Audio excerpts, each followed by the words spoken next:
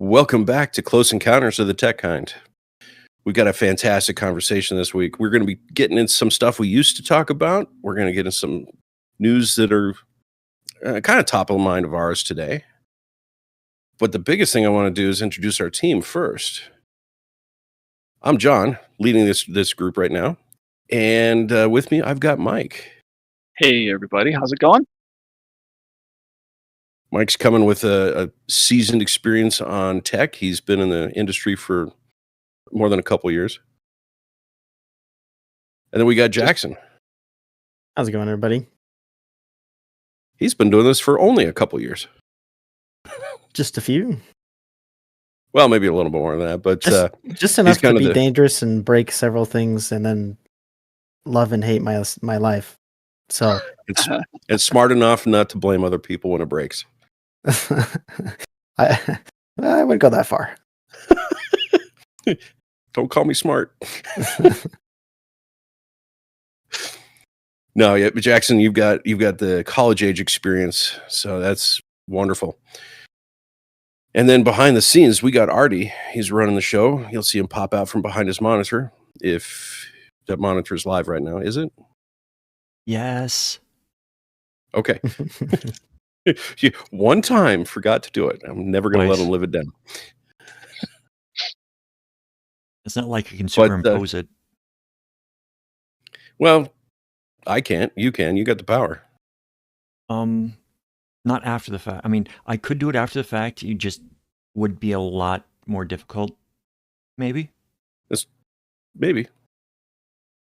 But until that day, we're pushing for more subscribers. We're pushing for more likes. We're pushing for as much engagement as our viewers are going to give us because we're getting close. I swore I would never call out numbers and say we have a goal, but we've got a goal. We're trying to get to 100. If we get to 100, we are upgrading our microphones. So please give us 100. We're very interested in beefing up our quality a bit. So anyway, you'll see it when we get there. First conversations. Wow, that rolled off the tongue. We're going to update on the Stop Killing Games. Talked about it a couple episodes back. And there's been some movement and there's been some stalls. Yay, that. I want to talk about Shadow IT. What does Shadow IT mean? What is Shadow IT? It's like hide it, turn off the lights and there's your computer. Is it Richmond from the IT crowd? There you go. And then Jackson, you were interested in talking about Gemini and what's going on there? Yes, love Gemini. So Gemini, for those who don't know, is Google's AI. And I think everybody knows by now. Yeah, I think everybody knows by now. And it's becoming comparable to OpenAI's ChatGPT. It's getting there. I've used both a decent amount. And I have my complaints about either. So we'll get into that maybe a little bit, but the biggest thing is Android is now Android and Google kind of together because they own it, are mandating that AI or Gemini, the application, if it's installed, disregarding any previous settings you've made, a new update will push it so that it now has access to third-party applications like WhatsApp, any sort of messaging. So kind of turning into what was it, the Microsoft recall? It's the Microsoft recall of Android, in short. So we'll get into that soon. Well, you gave us a pretty good teaser there, so I can't wait to talk about that. But let's jump backwards in time. Stop Killing Games. I think all of us shared our feelings. We're pretty resolute that when you bought a game, you should have the right to the game. There was I'm not going to call out names, but there was a very large YouTuber that took the opposing perspective. He's been a software developer for years and worked for a lot of the big games. And he said it should be all right for a developer to shut off a game and end its existence. To be clear, we're not asking for companies to keep the servers up and running. That's never been anybody's ask. The movement is not saying that the companies need to perpetually push updates. That's not what we're asking. We just want the game we bought so we can continue to play it offline, maybe with our friends, or make it open source so that the community can play with it. But it got shot in the foot pretty hard with a big YouTuber saying, no, the opposite is true. He's very charismatic and influential, so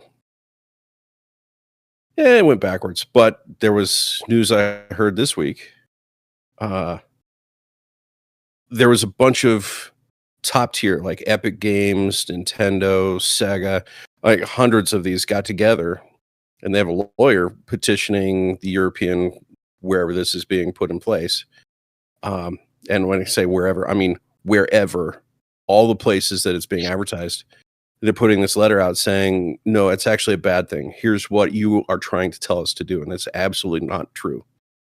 Their letter is twisting the narrative and making it sound like the Stop Killing Games movement is asking for free money. That's not the case. Do you So- have? I'm curious. Like, what was it specifically that you think? I mean, if you're able to, if you have it off the top of your head, what was it that the letter was saying? And then remind me what it was that Stop Killing Games is petitioning for.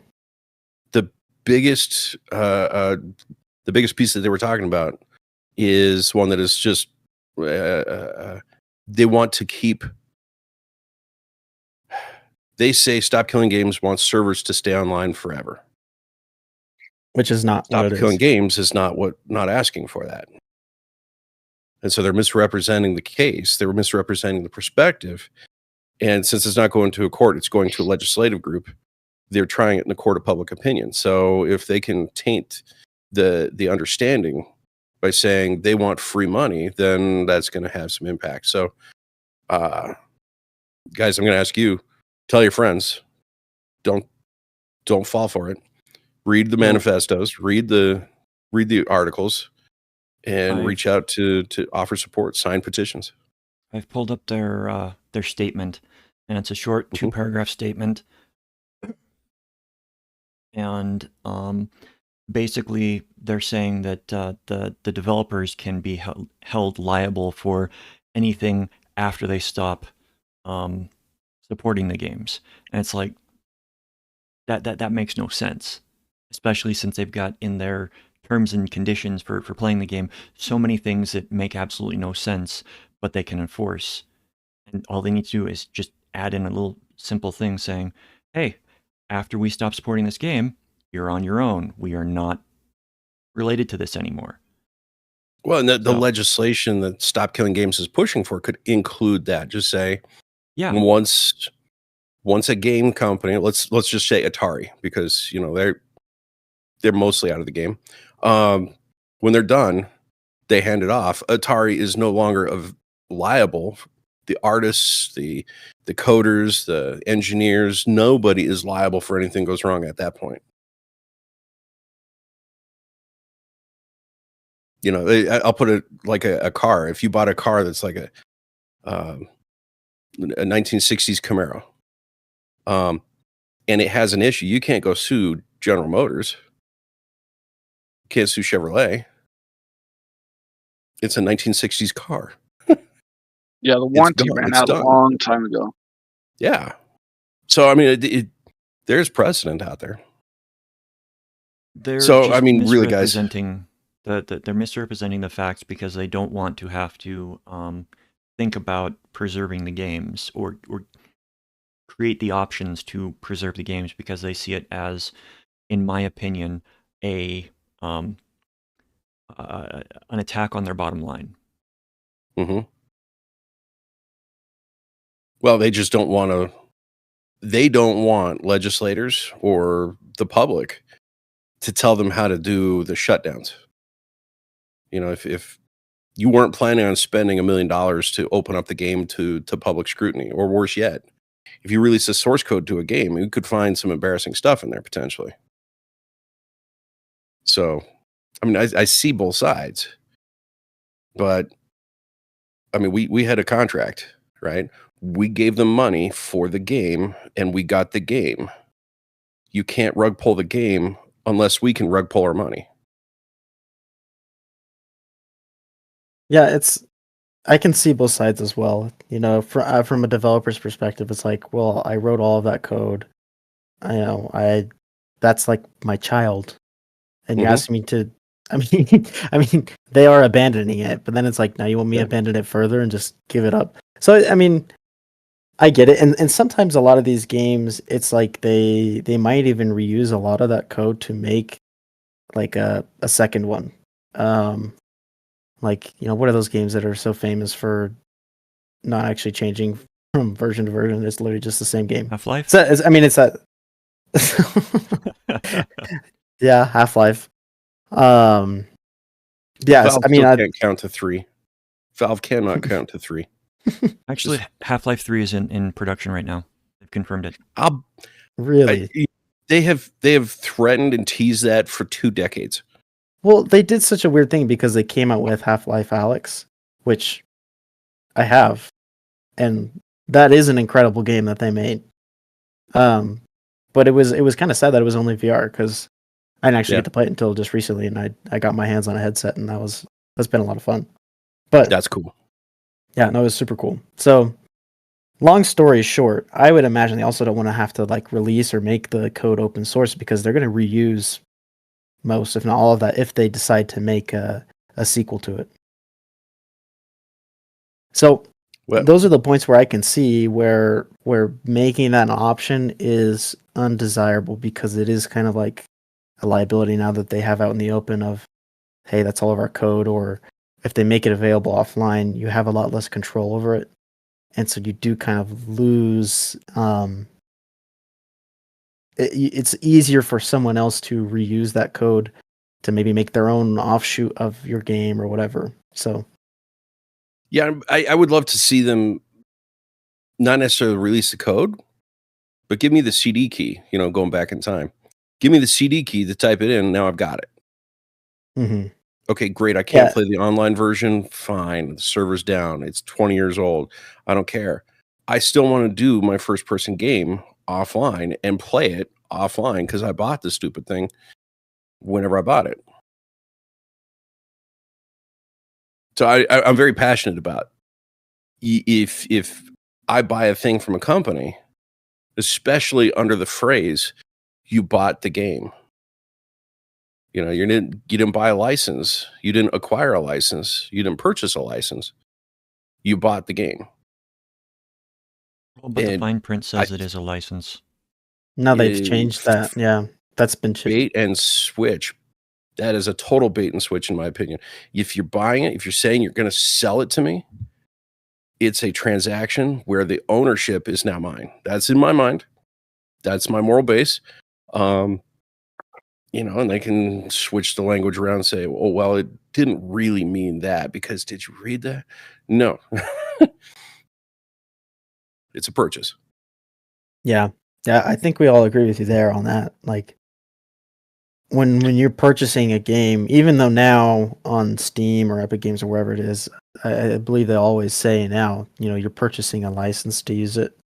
I think we all agree that's pretty stupid and not fair to the consumer. If you're not Um, purchasing a license, then you're renting it or you're subscribing. If it's not a purchase, it's a subscription. Right. And I'll go back to let's say cigarette smoking. For decades, you would have doctors recommend this brand of cigarettes over the others because they have these health benefits. I think the cigarette industry owes everybody that they told that to 100% of their health. Like, pay for all the medical, all this stuff. But after we figured out that cigarettes are bad for you and the addiction is there, okay, after that, now that's a me problem, not a them problem, right? That was a choice on my part. But before that, you were sold that cigarettes are good for you. And the cancer thing, it's nah. It's a little problem. A couple people have it. More people have it before they smoke cigarettes than they do after. So, it was totally the wrong thing. So companies have been lying to us for years about what their sales tactics really mean. And I'd love to see them be held accountable for exactly what they sold. Again, I'm passionate on this, guys. Yeah, it's I'm just not mad at you. I'm mad. That's all. it's rough with I'm just thinking about it, like, why is this so, like, why is it this industry? But I think it's just because it's the online industry and software. Everything is so readily available online, cross country, across the world.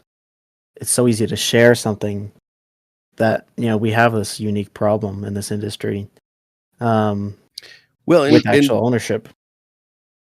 so let's shift gears a little bit. We've talked about software and vulnerabilities before. I wanted to bounce the idea off you guys. So CISA has changed that CISA and NIST have changed CVE scores. Have you either of you seen that? I haven't. So the way they score things now has a second score, and the acronym escapes me now that I'm trying to talk about it. It's a relevance score. So if you got a remote code execution on a single model of a router that was released for 3 months 12 years ago, it's still a 10.0 CVE, but it affects 7 people, right? Because nobody has that router anymore. It's not that big a deal. It's not exposed, and half of them are not even online. So So the relevance score is going in addition to the CVE score to say, yes, this is a problem, but here's the magnitude of that problem. Here's how many people should care, and how fast should we jump. It's like the Log4j that hit everybody because that was everywhere. It's still out there. But you hit one of these Cisco remote code execution on routers, which just happened last week or two. It's a thing. It's out there, but it's not as bad as Log4j. They're both 10.0s, but who cares is the question. And that's a glib thing a lot of people throw around is, who cares? Well, this helps define who should care. Yeah, I think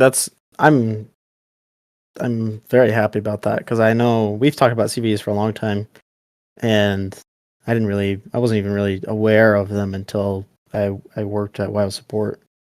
And even then I was like looking at these, I'm like, I don't even know what this is. Like, what is this machine? Like, what is this device? So having that score is going to be super helpful for people who don't know a lot, including myself, of just knowing, oh, okay, this is a super niche thing. If I have it, I know I've got it.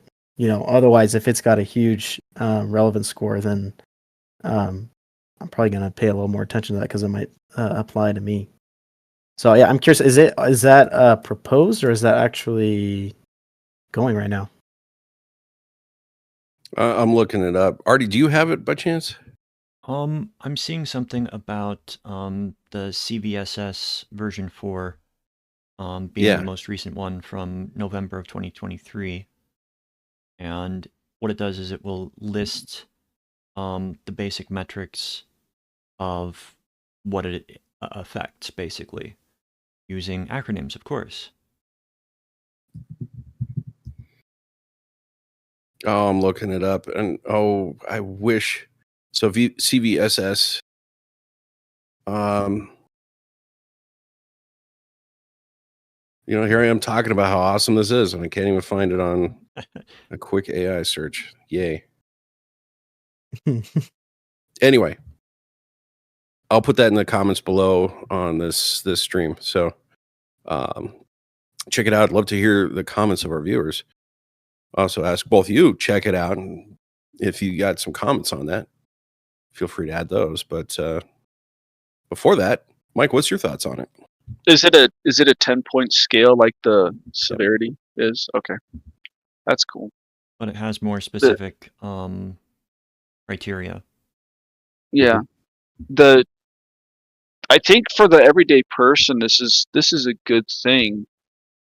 I mean, those of us in the IT world, we we got a pretty good idea of like when we see a CVE and it's like it comes out for, like you said, this specific router manufactured this time.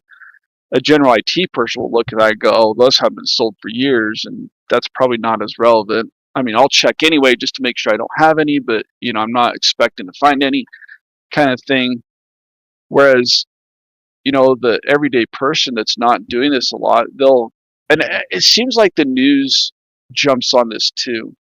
When you hear these news stories, critical outbreak of a virus is thwarting, infrastructure, blah blah blah, and they sound the alarm and everything. When somebody really gets into it, it's like, actually this only affects like 10% of the people on this side of the United States, or something like that. It's like, it's not as bad as you think it is. Yeah, it has a score of 10, but if you don't know what you're talking about, you're sensationalizing it and you're causing panic and fear when the average person, the thing they need to pay attention to is the stuff that's attacking a Windows or a Mac or an Android, system or something like that. The things that are used by everyday people. So I think this score is really going to help out and clarify a bunch of things, so that we don't get false panic. And that's really the big thing they're trying to do is mitigate the panic that's attached to these things. Because if you've got a high rating, great, but how big is that? And forgive me, I'm still looking for this. It has a specific acronym, but it looks like it's actually fed back into the CVSS score. So it's not a separate score, but it helps shape the 10.0 scale. So a 10.0 then for score means that there is a degree of relevance factored into that score.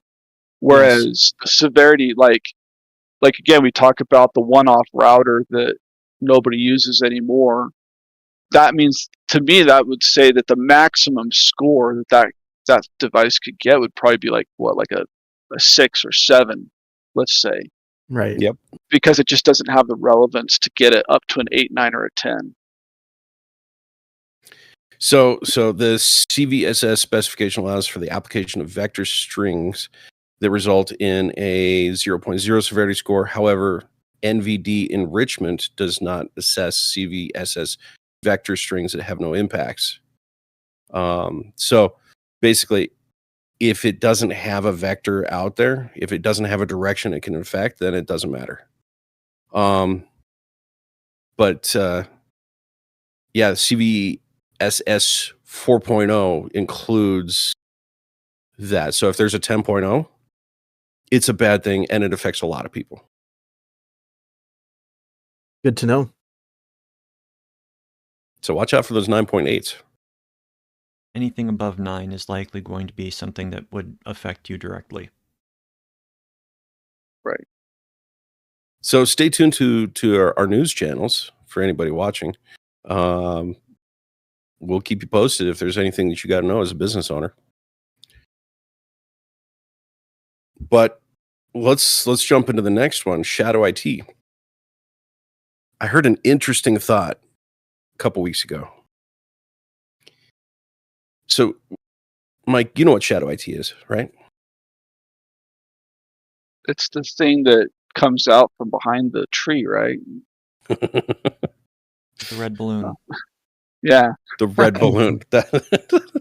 Is it IT dressed in a dark trench coat? I mean, Nope. They're the ninjas No. that are that make up my firewall. Shadow, I think, if I remember right, Shadow IT we're talking about is stuff that is secretly running on perhaps your network that you may or may not be fully aware of. Yep. And doing or things somebody you brings may or in. be fully aware of what they're doing. Like, I see that device there, but maybe you don't know exactly what that is, and it could be doing something that you don't want them to do, like mimicking your access points or acting as a man in the middle for something else. I mean, there's a lot of things that could be.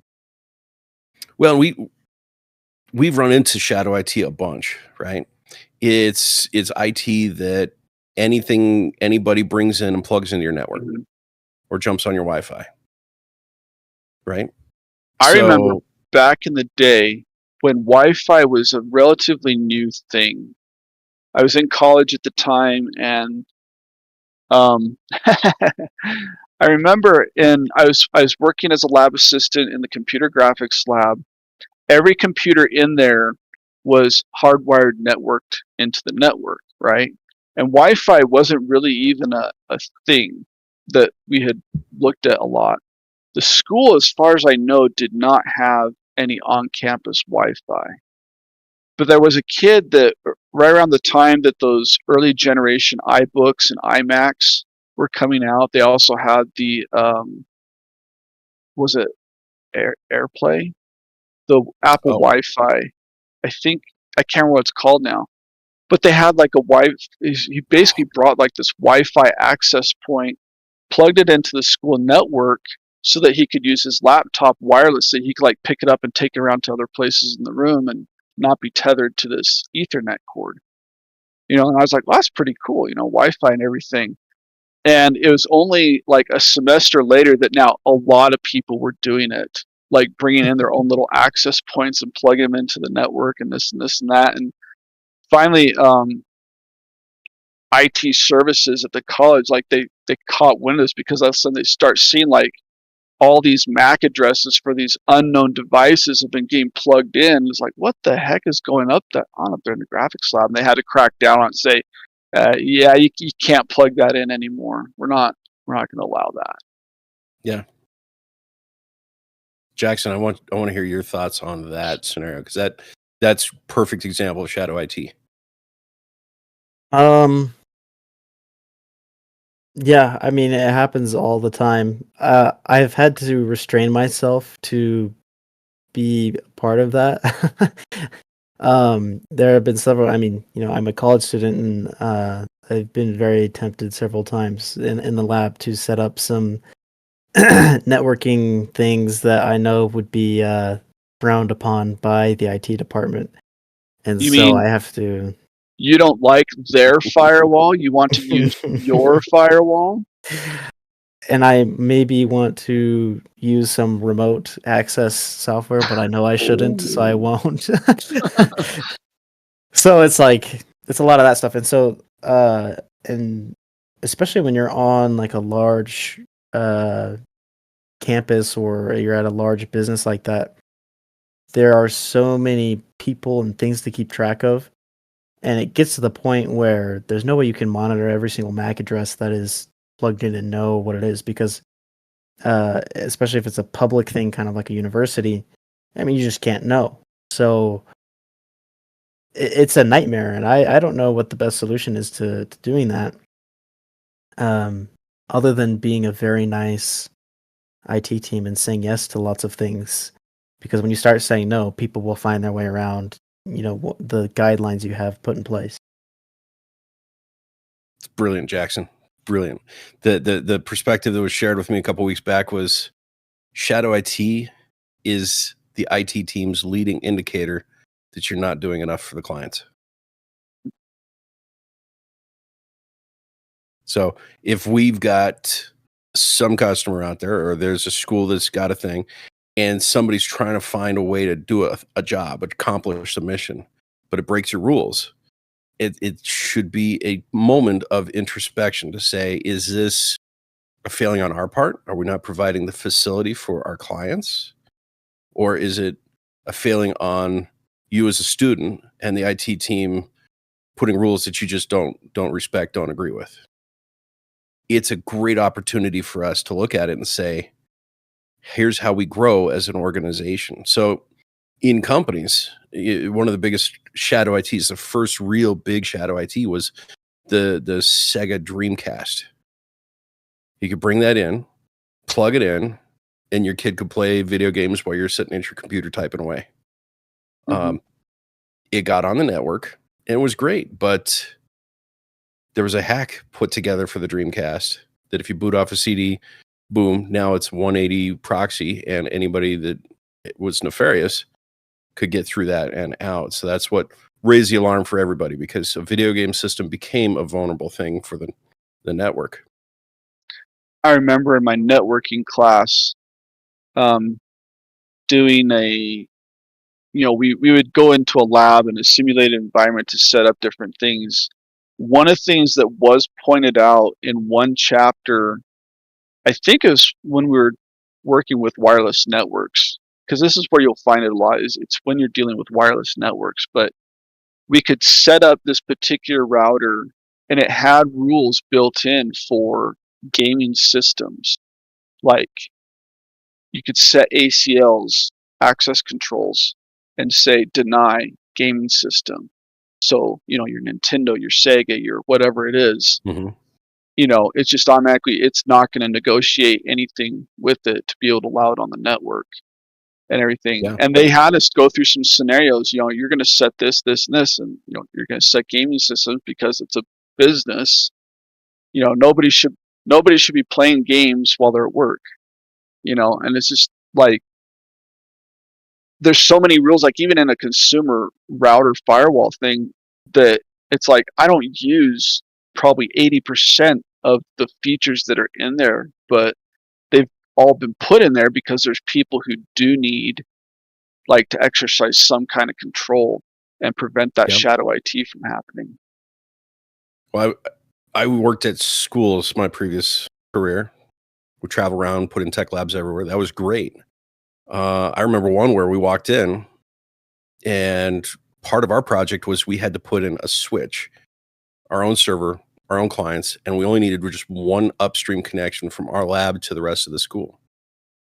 And the IT guy had said, we will block any switch on the network.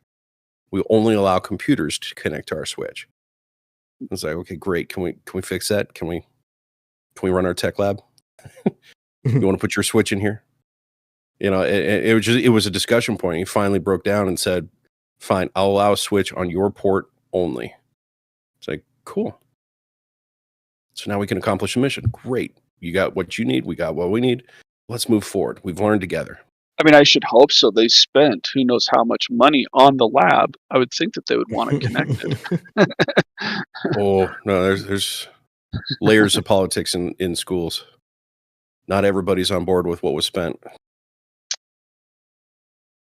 Well, I could tell you right now, ran into a similar thing today. As I was talking about, we've got a lab and we need to connect a little Raspberry Pi. It needs to have a static IP. Luckily, the guys who do that, they were super helpful. Immediately, were able like, yeah, we can do that. So I didn't have to go around anyone there. But then we get to the point of like, okay, well, now we need an Ethernet port in this part of the room. Oh boy, is that quite the endeavor to try and get someone to just put in a port somewhere or wire us an Ethernet cable. It has been weeks. We've been trying to get this, and today finally we're like, forget it. Like, we'll just buy a switch, and they can. Yeah, good luck. Yeah. So I mean, it happens. Even I resisted for weeks to trying to go around these guys, but here we are. So, well, that they're promoting shadow IT. Yeah, in a way. And I mean, you have a job, you have a mission, you have a goal, you have a purpose, and they've said no, you can't. You need to rethink your life. Your goals are stupid. We don't approve. No. The really telling one is when you hear that there's users that they frequently just go to their hotspot on their cell phone.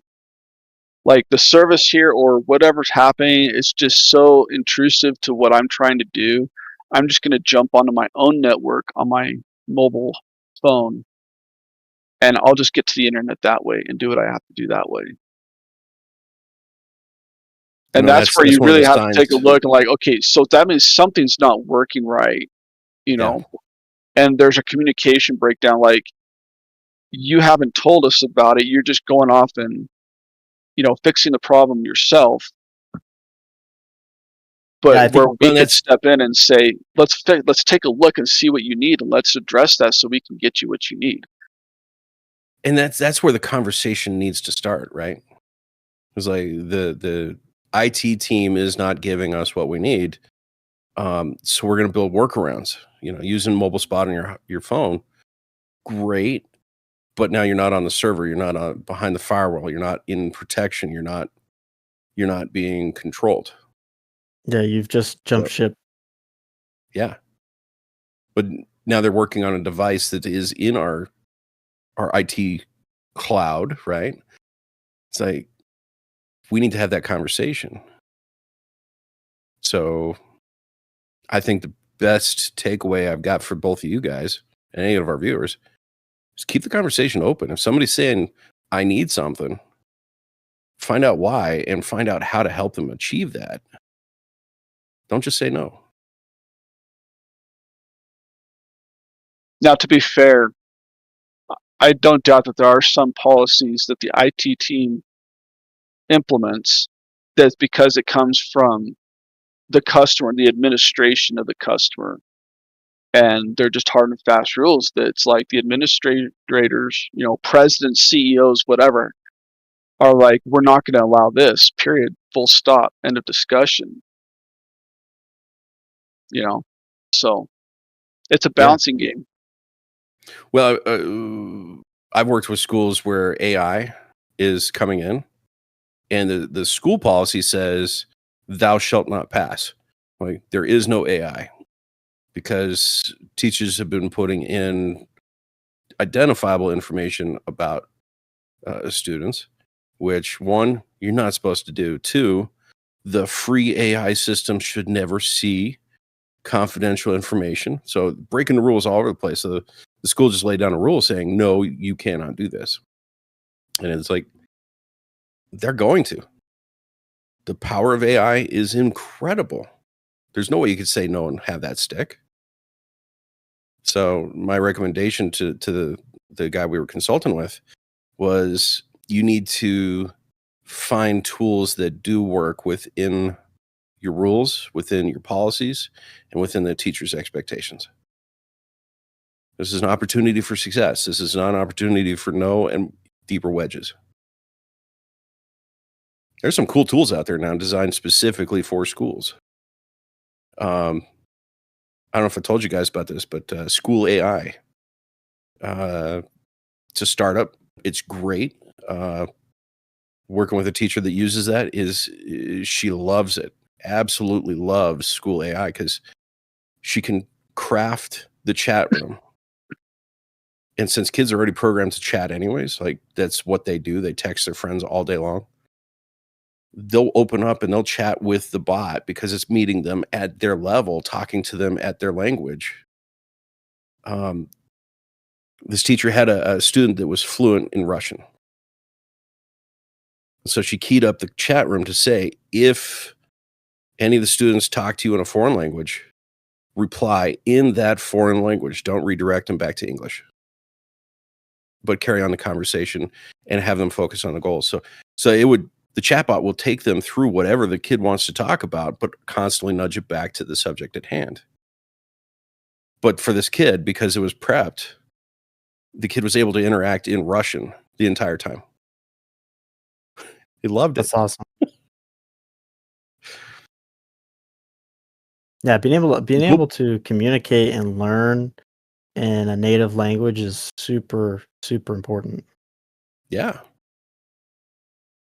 Yeah. And to be a teacher, to say, is this still on task? Is this still relevant?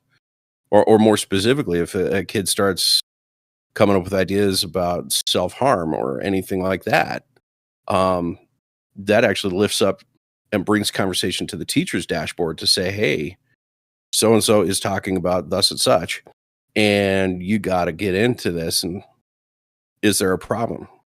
He raises his hand and says, I need a human. Good. Useful tool. It's extremely powerful. School AI, check it out. But yeah, let's last a little bit of this. Jackson, you wet our whistle at the beginning of the show. Speaking of AI, Gemini. do tell. Well, this stems from.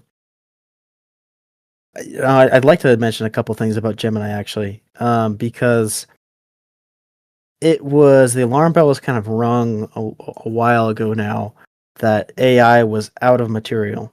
Like they scanned everything, they've read everything, and it's like we need more. You've reached AI the knows end everything of the and it's still internet. stupid. There is no more. Go back.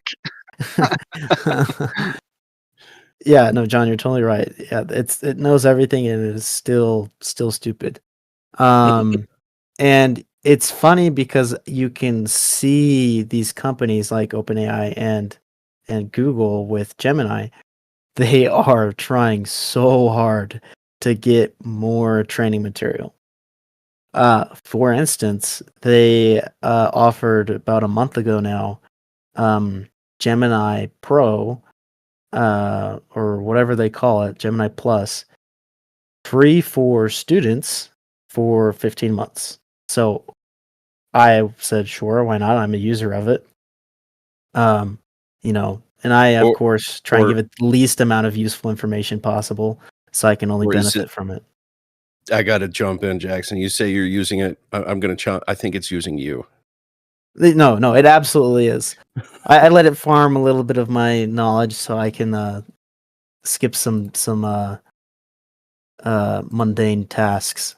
But it is absolutely trying to farm me and everyone else and you for more information. It needs training. And so they're trying as hard as they can to get this training. So what's new now they did this a few months ago and they've been finding different ways to do this all the time. What is new though is Gemini has released an update with Android that will cause, if you have Gemini installed, so it's its own app now, if you have it installed, and I don't know how this would go with like one of the Google phones because I think they have kind of everything integrated. Like they have, I think Gemini is probably now their own virtual assistant, kind of like Siri is for iPhone.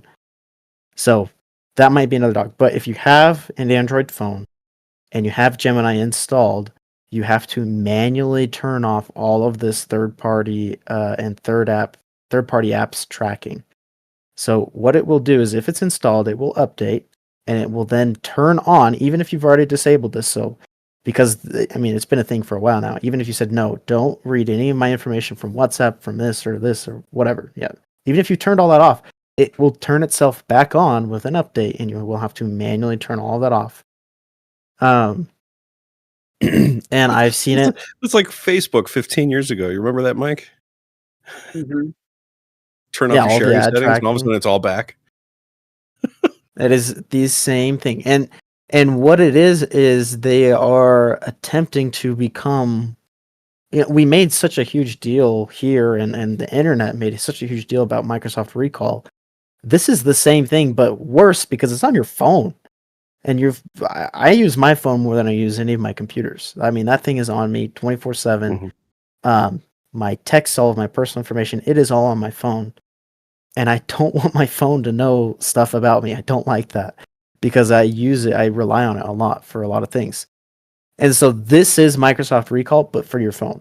And so ringing that bell, That's bold.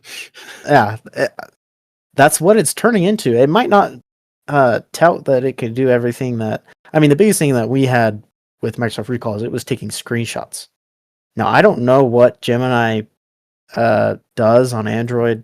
I didn't see I'm actually anything. just looking. I am just looking in my settings for Gemini, and there is some screen context. It is looking at your screen, There you and go. you can turn that on and off. So it's the So, same thing. Yeah, Well, you've got the button to turn it off. yeah. Right now I do. I mean, when I first got into Wait, Android, I was turned trying to itself turn back off. on. What the heck? I hope you're kidding. No, I am hope you're kidding. I am totally Okay, good. kidding. When I first got Android, version 4, version 5, that kind of thing. NFL was pre-installed on my phone, and I could not uninstall it. Oh, I Couldn't hated stop that. it. Couldn't shut it off. it's only a matter of time till these tools have that users don't have a choice option. Yeah. And they are just farming you. And I mean, unless you do your best, then I mean they'll use you for what they can. And the same goes, it's not just Gemini. I looked even yesterday. I was looking at Siri. I'm an iPhone user. Looking at Siri. They have all the same things, and they've I don't have the latest and greatest one that's supposed to have all of the new excuse me. That's supposed to have all of the new AI features. But even then, I looked in the settings, and there are several settings for turning off of Siri, reading my messages, learning from all of the apps, and all of the third-party apps. It's the same thing. So this is not it's not single to Android and Google and Gemini. So whatever it is that you use, you have to look, because AI is becoming integrated in everything. I'm sure I'm going to do the same thing for Facebook, because Facebook now has integrated Meta AI into their apps and everything, and Messenger and all of it. So there is no escaping it. It's coming, and you just have to be totally aware, and it's such a pain. You have to do it everywhere. Even on Google Chrome, you have to turn off lots of tracking on your Google account. I mean, I could go on and on. Constantly. This isn't an idle thing.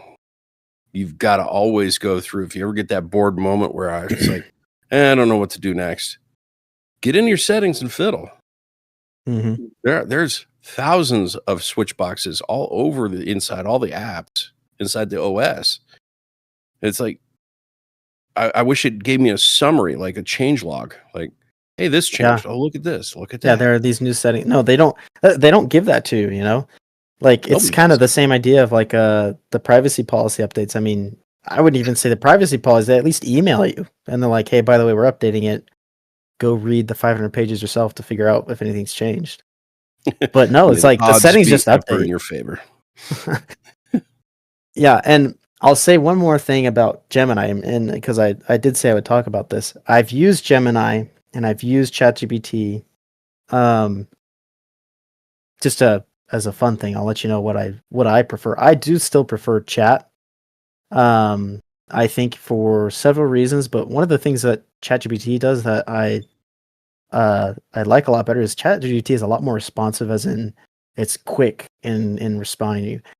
Gemini, sometimes it feels like it takes forever. It's like, I'm thinking, and you can sit there and watch its thinking process, and it's almost annoying, reading it's like trying to be sentient of, oh, I'm going to respond with the best answer possible, and now I'm thinking about this, and it's like, and I don't really see much of a difference in its intelligence than the quick responses from chat.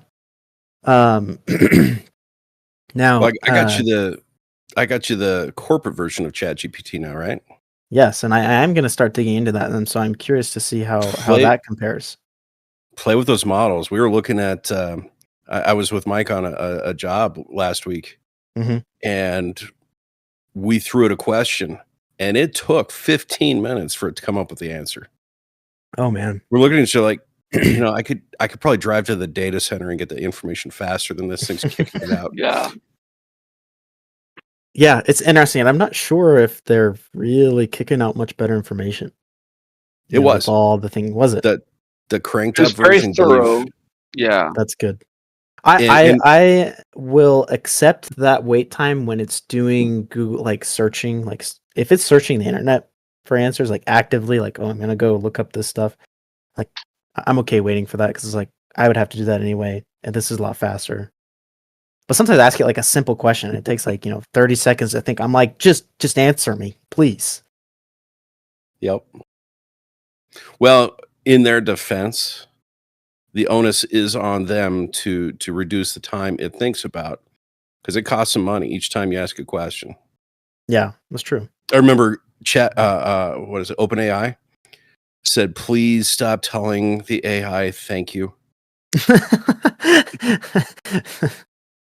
Yeah, They were saying, you're literally costing us millions of dollars. that's funny.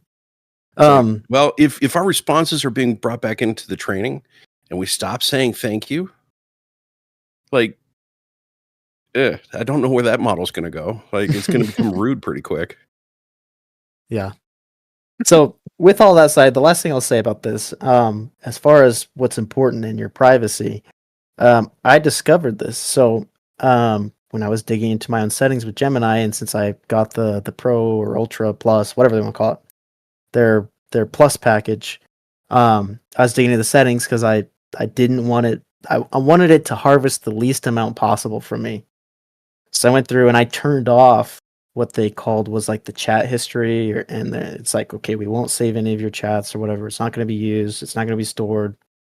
I was like, sweet, that's what I want. Boom, turn it off. But then I stupid me, didn't realize that meant that, the conversation I had yesterday with it trying to solve something, and now I put that aside. I'm like, oh, I'll come back to this. I couldn't go back to it. I was like, dang it. I was like, well, maybe I didn't want the chat history. It's like, all right, fine, I'll turn on just for this because I know I'm going to come back to this project, and I'll turn it back off. I had turned it off, a few weeks ago, turned it on, and all of my old chats came back.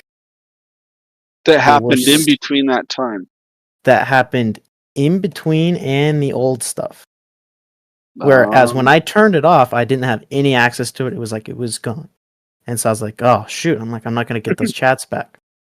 So I turned it back on because I knew the project I was working on at that time, I was going to have to do it in several small bits. And I was like, all right, it'll be useful for this time, and then I'll turn it back off. It had saved everything. It still knew. And so I was angry, and I was like, oh, I wanted a lawsuit out of it. So I'd be curious to know if something comes out of it. Legally, you weren't setting their permission to your chats. You were setting your permissions to your chats. Yeah, no, it was actually just my permissions. We get your chats, period. It's whether or not you want to see them. That's what you get to set. Yes or no. You want them or not. Yeah, I thought it was pretty blatant that it had saved all of that, and yeah, it's explicitly said we will not store your chats, and it didn't make them accessible to me until I turned it back on, and there they all were. So again, just know that if you're using AI, you're being used for their training and data farming. So you got to treat it like you're walking around Las Vegas. If you don't want your picture taken by a camera, don't walk around Las Vegas. Yeah. Yep. So be very cautious of what information you share with any AI model. I'm sure it's not just Gemini that's doing stuff like this. All of them.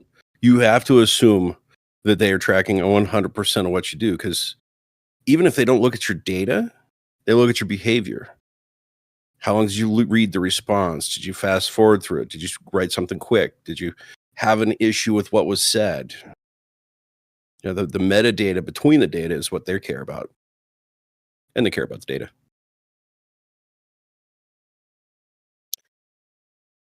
Yeah. Wow.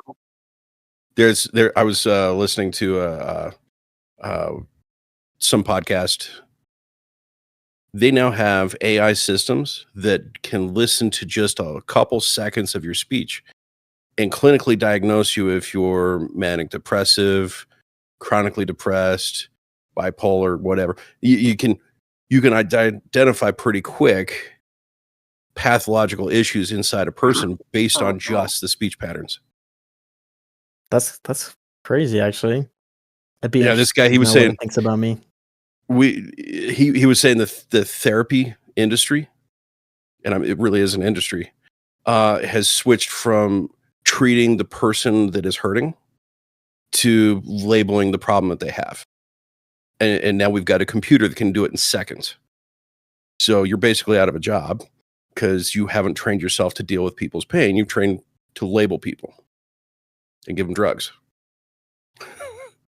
Yeah, but here's what I don't want to have happen is that I don't want to be talking to my AI, and let's say I just have an off day. Next thing I know, there's an intervention squad coming up to my door because they think I'm about to do something. Just like, no, I'm just tired. Like, come on, like I had a long day. Like, I just want to go to bed. ChatGPT was annoying me. Yeah. Oh gosh, I don't want to contemplate that. What if What if these AIs start swatting us? Holy cow! Oh my goodness. I'm gonna I don't wanna regret get a many we many we things I get said down to the AI. AI thing we get down the AI thing way too much, guys, but It's true. it's the world we live in, and it's changing every week. Mhm. Yeah, But, oh my goodness, Artie, it totally is. we're going doom and gloom. I think you got some ideas on AI and what we just talked about. Yeah, I've got my own thoughts on it. I think, I Just mean, don't say them out loud because they'll diagnose you. the simple thing I would say is I liked when they used artificial intelligence to train bots in like Half-Life 2. You can That was cool. increase the intelligence, you can decrease the intelligence. And that started with the Quake bots, I believe, back in the day. So that, if you're playing something, you don't have to have friends around you to actually, get better at the game, because you set up a bot with maximum intelligence, and as soon as you take a step forward, you're dead, and then you move on to the next one, and then you get better based upon that. But the way that AI is working nowadays, it's just it has a function, and what I don't like is that it has become a replacement for Google, because Google has diminished their quality so much. It's no longer about giving you the answer that you're looking for. It's about serving ads. And, Yes. I think the next step that a lot of these companies are going to do is, you type in a search, and the AI is going to spit back advertisements at you saying, hey, you just asked about, what breakfast cereals would have good fiber content. Well, here's a few breakfast cereals that have that, and here's a special one from unnamed breakfast cereal company number 3 that is what we're going to recommend that you try. And it's like, how is that going to be beneficial for me? And then it reads off the ad speak. So expect I re AI to be filled with ads in the next couple of years because they can't find another way to monetize it. I'm reminded of that scene in Ready Player One where the guy says, when he's trying to pitch to his board the acquisition of the virtual world, he said, our studies have shown you can put up to 70% of screen space. You can fill that with ads before you induce seizure. We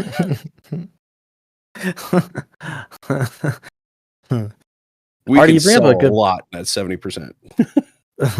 you bring up a really good point, though. I hadn't even thought of that. That yeah, now AI is going to be filled with ads because Google search is Mhm. being diminished. So that It's a self-inflicted wound. Artie, you were supposed to like lighten the mood, and you actually just made me kind of depressed. So that's on you. Your GPT AI to the rescue. Your AI therapist is going to be talking to you, Jackson. As long Therapist as the GPTs can- AI therapist does not ask us, and how does that make you feel? I had Eliza to do that for me 40 years ago. I saw a T-shirt. Sigmund Freud had a Yeah. picture of Sigmund Freud on the shirt, and the caption underneath was "Your mom."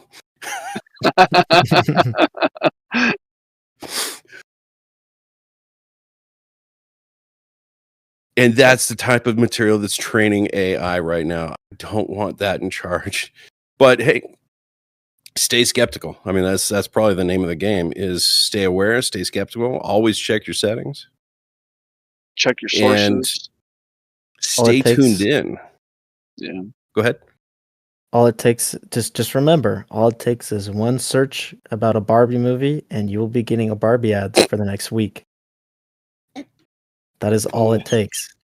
I've got I a won't story about that. Ask you how you know. Somebody asked me a question. I said, I have no idea. I'll ask chat. Just I have a story sit about that, next but to it's their phone and inappropriate. talk about Barbie. Just sit next to the phone, talk about Barbies for like 5 No, minutes. I've just subscribed to another week by saying it out loud just now, and I'm surrounded by several computers. So, yeah, I've signed myself up. Well, fill us in. I'm going to wrap this one up. I think we're at time. It's been an hour. It's been an awesome hour. Love the conversation. Most of it until it got sad. But no, even the sad parts were good. We laughed. We cried. It's been a minute. Well, until next time, please share this episode with anybody that you might find curious or excited or apprehensive about the future. The best thing we can do is stay informed and keep in touch with other people that are just as paranoid as we are. So, yeah, we'll see you next week. Until then, I'm John. I'm Mike. I'm Jackson. I'm sick. Going to bed. Good night. And we'll see you then.